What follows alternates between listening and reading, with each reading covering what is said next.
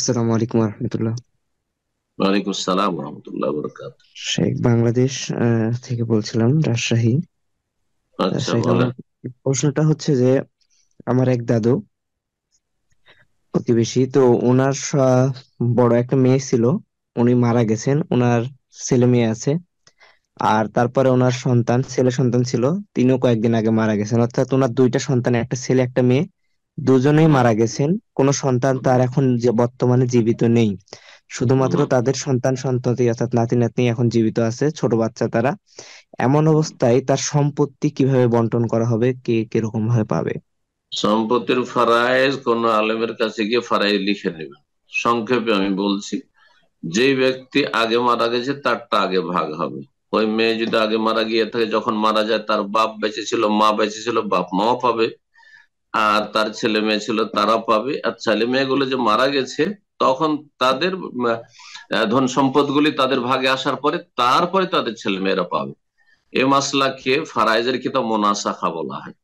ফারাইজের জন্য কাগজে কলম নিয়ে বসতে হবে, এইরকম অনলাইনে নয়। জি, তবে সংক্ষেপে বলে দেবো তরিকা পদ্ধতিটা। জি। আসসালামু আলাইকুম। ওয়ালাইকুম আসসালাম রহমতুল্লাহ বরকাত।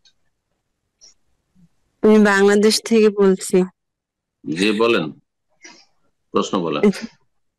জি জি শেখ, আমার প্রশ্নটা হচ্ছে, আমরা যে ফরজ সালাতের পরে যে দোয়াগুলো পড়ি, এগুলা আমি কয়টা পরিমাণে পড়ব? আমি আপনার একটা আলোচনা থেকে শুনছি যে প্রায় 10টার মতো। আর বাংলাদেশের একজন বড় বক্তা, আসাদুল্লাহ আল গালিব সাহেব, তার একটা হুম। সালাতের বইতে আমি পাইছি প্রায় 16টার মতো।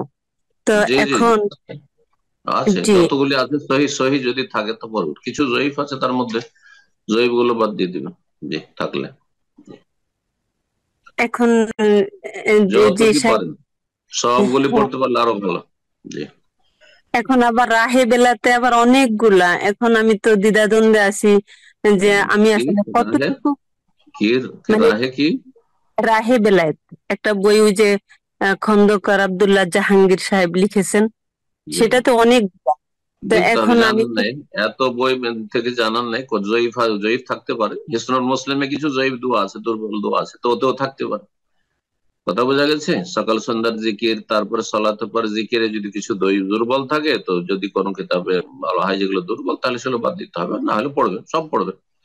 সহি হলে সবই পড়বে। জি। আর এগুলো মোস্তাহাব, নফল, নফল।